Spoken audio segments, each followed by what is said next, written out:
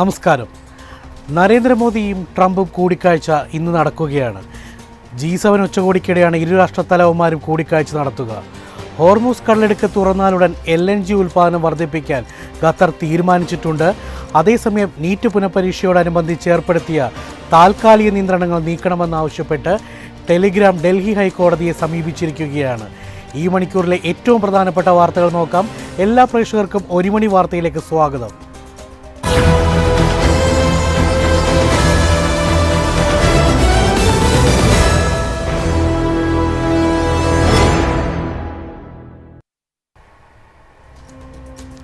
പ്രധാനമന്ത്രി നരേന്ദ്രമോദിയും American president Donald ട്രംപും ഇന്ന് കൂടിക്കാഴ്ച നടത്തും.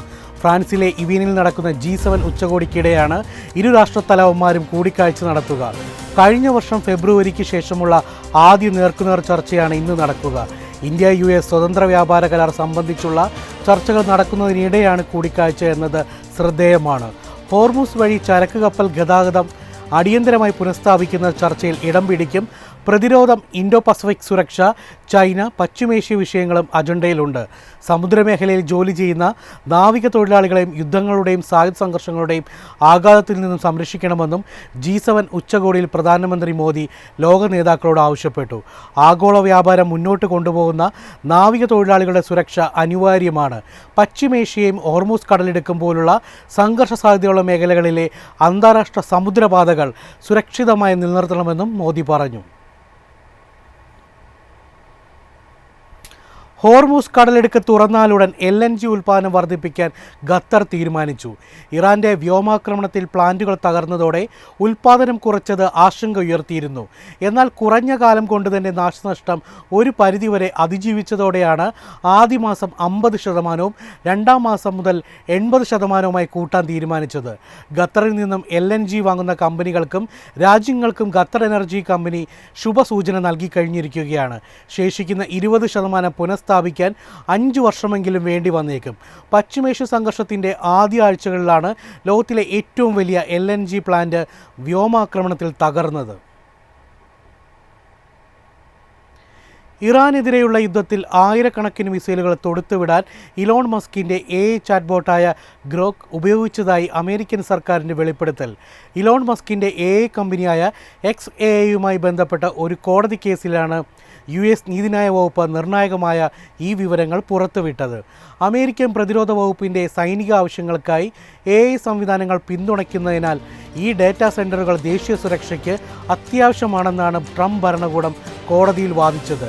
പെൻറ്റഗണിൻ്റെ chief digital and artificial intelligence ഓഫീസറായ കാമറൂൺ സ്റ്റാൻലി കോടതിയിൽ സമർപ്പിച്ച സത്യവാങ്മൂലത്തിൽ ദേശീയ സുരക്ഷാ ആവശ്യങ്ങളെ പിന്തുണയ്ക്കാൻ ശേഷിയുള്ള ചുരുക്കം ചില AI മോഡലുകളിൽ നിന്നാണ് ഗ്രോക്ക് എന്ന് വ്യക്തമാക്കിയിട്ടുണ്ട്. US സൈന്യത്തിൻ്റെ കൃത്രിമ ബുദ്ധി അധിഷ്ഠിത ലക്ഷ്യനിർണയ പ്രോഗ്രാമായ പ്രൊജക്ട് മാവൻ പദ്ധതിയിലാണ് ഗ്രോക്കിൻ്റെ ഗവൺമെൻറ് പതിപ്പ് ഉപയോഗിക്കുന്നത്. ഓപ്പറേഷൻ എപ്പിക് ഫ്യൂറി എന്ന സൈനിക നീക്കത്തിനിടെ വെറും 96 മണിക്കൂറിനുള്ളിൽ 2000 ലക്ഷ്യസ്ഥാനത്തിലേക്കുള്ള 2000-ലധികം സ്ഫോടക വസ്തുക്കൾ വിന്യസിക്കാൻ ഈ സംവിധാനം US സേനയെ സഹായിച്ചതായി സ്റ്റാൻലി വെളിപ്പെടുത്തി. നീറ്റ് UG പുനഃപരീക്ഷയ്ക്ക് മുന്നോടിയായി ഏർപ്പെടുത്തിയ നിയന്ത്രണങ്ങൾ നീക്കണമെന്നാവശ്യപ്പെട്ട് ടെലഗ്രാം ഡൽഹി ഹൈക്കോടതിയെ സമീപിച്ചു. ജൂൺ 22 വരെ ഇന്ത്യയിലെ പ്രവർത്തനങ്ങൾ നിർത്തിവെക്കാനുള്ള കേന്ദ്രത്തിൻ്റെ തീരുമാനത്തെ ചോദ്യം ചെയ്താണ് ഇൻസ്റ്റൻറ്റ് മെസ്സേജിംഗ് പ്ലാറ്റ്ഫോമായ ടെലഗ്രാം ഡൽഹി ഹൈക്കോടതിയെ സമീപിച്ചിരിക്കുന്നത്. തട്ടിപ്പ് റാക്കറ്റുകൾ, പേപ്പർ ചോർച്ച, ഉദ്യോഗാർത്ഥികളെ ലക്ഷ്യം വെച്ചുള്ള തെറ്റായ വിവരങ്ങൾ എന്നിവ തടയുന്നതിനായാണ് ഈ നീക്കമെന്നും സർക്കാർ വാദിച്ചു.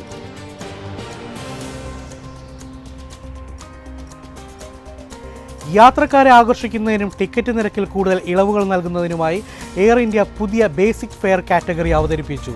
തിരഞ്ഞെടുത്ത ആഭ്യന്തര റൂട്ടുകളിലെ എക്കോണമി ക്ലാസ് യാത്രക്കാരാണ് പുതിയ ആനുകൂല്യം ലഭിക്കുക. കൂടുതൽ സേവനങ്ങൾ ആവശ്യമില്ലാത്തവർക്ക് കുറഞ്ഞ ചെലവിൽ യാത്ര ചെയ്യാനുള്ള അവസരമാണ് ഇതിലൂടെ എയർ ഇന്ത്യ ഒരുക്കുന്നത്. ബാഗേജ് പരിധി 15 കിലോഗ്രാം ചെക്ക് ഇൻ ബാഗേജും 7 കിലോഗ്രാം ക്യാബിൻ ബാഗേജും അനുവദിക്കും. യാത്രക്കാർക്ക് സൗജന്യമായി ചായയോ കാപ്പിയോ ലഭിക്കും. എന്നാൽ സാധാരണ ലഭിക്കാറുള്ള സൗജന്യ ഭക്ഷണം ഈ ടിക്കറ്റിൽ ഉൾപ്പെടില്ല.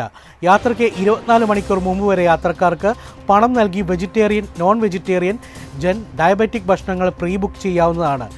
വിമാന സമയത്തിൽ മാറ്റമുണ്ടായാൽ ഈ ഭക്ഷണം അടുത്ത വിമാനത്തിലേക്ക് മാറ്റുകയോ ലഭ്യമല്ലെങ്കിൽ തുക റീഫണ്ട് ചെയ്യുകയോ ചെയ്യും. വിവിധതരം യാത്രക്കാരുടെ താൽപ്പര്യങ്ങൾ കണക്കിലെടുത്താണ് ഉപഭോക്തൃ സൗഹൃദപരമായ പുതിയ മാറ്റമെന്ന് എയർ ഇന്ത്യ പ്രസ്താവനയിൽ അറിയിച്ചു. 1.5 മാസത്തിനിടെ കേരള ഭാഗ്യക്കുറിയിൽ ബാക്കിയായത് 150 കോടി രൂപയുടെ ടിക്കറ്റുകൾ. ഒരു ദിവസം 2.5 കോടി രൂപ മുതൽ 5 കോടി രൂപ വരെയുള്ള ടിക്കറ്റുകളാണ് ബാക്കിയാകുന്നത്. പ്രതിദിനം 5 മുതൽ 10 ലക്ഷം വരെ ടിക്കറ്റുകൾ ബാക്കിയാകുകയാണ്. ഇത്രയധികം ടിക്കറ്റുകൾ ഭാഗ്യക്കുറി വകുപ്പിൽ ബാക്കിയാകുന്നതിനേക്കാൾ കഷ്ടം വിൽപ്പനക്കുറവ് ഏജന്റുമാരെയും ചില്ലറ വിൽപ്പനക്കാരെയും ബാധിക്കുന്നുവെന്നതാണ്. മൊത്ത വിതരണ ഏജന്റുമാർ മുതൽ നടന്നു വിൽക്കുന്നവർക്ക് വരെ ഓരോ ദിവസവും ടിക്കറ്റുകൾ ബാക്കിയാണ്. ഏപ്രിൽ 2ാം വാരം മുതലാണ് ടിക്കറ്റുകൾ ബാക്കിയാകാൻ തുടങ്ങിയത്. 1/4 ലക്ഷത്തിലും 1/2 ലക്ഷത്തിലുമൊക്കെ തുടങ്ങി പതിയെ ഓരോ ദിവസവും കൂടി വരാൻ തുടങ്ങി. ഇതര സംസ്ഥാന തൊഴിലാളികൾ തിരഞ്ഞെടുപ്പ് കാലത്ത് തമിഴ്നാട്ടിലേക്ക് അടക്കം പോയതാണ് വിൽപ്പനക്കുറവിൻ്റെ കാരണമായി അന്ന് പറഞ്ഞിരുന്നത്. തൊഴിലാളികളെല്ലാം തിരിച്ചെത്തിയിട്ടും വിൽപ്പന കൂടിയില്ലെന്ന് മാത്രമല്ല, ബാക്കിയാവുന്ന ടിക്കറ്റ് കൂടുകയും ചെയ്തു.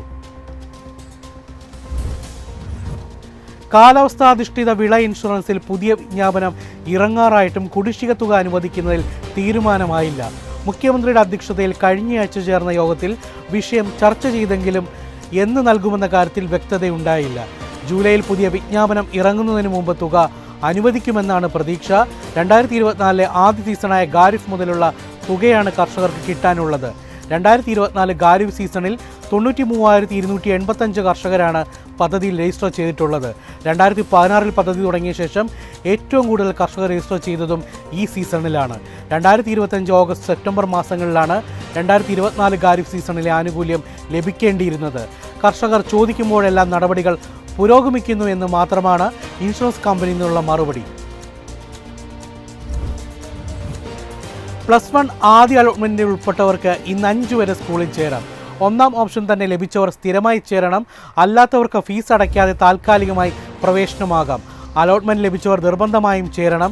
ഇല്ലെങ്കിൽ തുടർ അലോട്ട്മെൻറ്റുകളിൽ പരിഗണിക്കില്ല. ഒന്നിലധികം ജില്ലകളിലേക്ക് അപേക്ഷിച്ചവർക്ക് അലോട്ട്മെൻറ്റ് ലഭിച്ചാൽ ഇഷ്ടമുള്ള ജില്ലയിൽ ചേരാം. അതോടെ മറ്റു ജില്ലകളിലെ അലോട്ട്മെൻറ്റ് റദ്ദാക്കും. ചേരുന്ന ജില്ലയിലെ ആദ്യ ഓപ്ഷനിലാണ് അലോട്ട്മെൻറ്റെങ്കിൽ സ്ഥിരം പ്രവേശനമാണ് വേണ്ടത്. അല്ലാത്തവർക്ക് താൽക്കാലിക പ്രവേശനത്തിന് അവസരം ലഭിക്കും. ചൊവ്വാഴ്ച വൈകിട്ട് വരെ 1,38,071 പേരാണ് ആദ്യ അലോട്ട്മെൻറ്റ് പ്രകാരം സ്കൂളുകളിൽ ചേർന്നത്. അതിൽ 88,597 പേരുടേത് സ്ഥിരം പ്രവേശനമാണ്. തമിഴ്നാട്ടിലെ സഹകരണ ബാങ്കുകളിൽ നിന്നും കർഷകർ എടുത്ത കാർഷിക വായ്പകൾ എഴുതിത്തള്ളി മുഖ്യമന്ത്രി സി ജോസഫ് വിജയ്. 2025 മെയ് 1 മുതൽ 2026 ഫെബ്രുവരി 28 വരെയുള്ള കാലയളവിൽ സഹകരണ ബാങ്കുകളിൽ നിന്നും വായ്പയെടുത്ത കർഷകർക്കാണ് ഇതിൻ്റെ ആനുകൂല്യം ലഭിക്കുക. 75,000 രൂപ വരെയുള്ള വായ്പകൾ പൂർണ്ണമായും എഴുതിത്തള്ളാനും അതിൽ കൂടുതൽ തുക വായ്പയെടുത്തവർക്ക് 35,000 രൂപ വീതം ഇളവ് നൽകാനുമാണ് സർക്കാർ തീരുമാനിച്ചിരിക്കുന്നത്. 14.43 ലക്ഷത്തിലധികം കർഷകർക്ക് പ്രയോജനം ലഭിക്കുന്ന ഈ പദ്ധതിക്കായി 5,932.23 കോടി രൂപയുടെ അധിക ബാധ്യതയാണ് സംസ്ഥാന സർക്കാരിനുണ്ടാവുക. സെക്രട്ടേറിയറ്റിൽ മന്ത്രിമാരുടെ ഉന്നത ഉദ്യോഗസ്ഥരുടെയും നടത്തിയ അവലോകന യോഗത്തിന് ശേഷമാണ് കർഷകരുടെ ഏറെക്കാലത്തെ ആവശ്യം പരിഗണിച്ച് മുഖ്യമന്ത്രി ഈ നിർണായക തീരുമാനമെടുത്തത്. സംസ്ഥാനത്ത് സ്വർണ്ണവിലയിൽ വീണ്ടും കുറവ്. ഗ്രാമിന് 25 രൂപയും പവന് 200 രൂപയുമാണ് ഇന്ന് കുറഞ്ഞത്. ഇതോടെ സ്വർണം ഗ്രാമിന് 13,850 രൂപയായും പവന് വില 1,10,800 രൂപയുമായി. 18 ക്യാരറ്റ് സ്വർണം ഗ്രാമിന് 11,380 രൂപയും പവന് 91,040 രൂപയുമാണ് വിപണി വില. ഗ്രാമിന് 265 രൂപയിലാണ് വെള്ളി വ്യാപാരം. ഇതോടെ 1 മണി വാർത്ത പൂർണ്ണമാകുന്നു. നമസ്കാരം.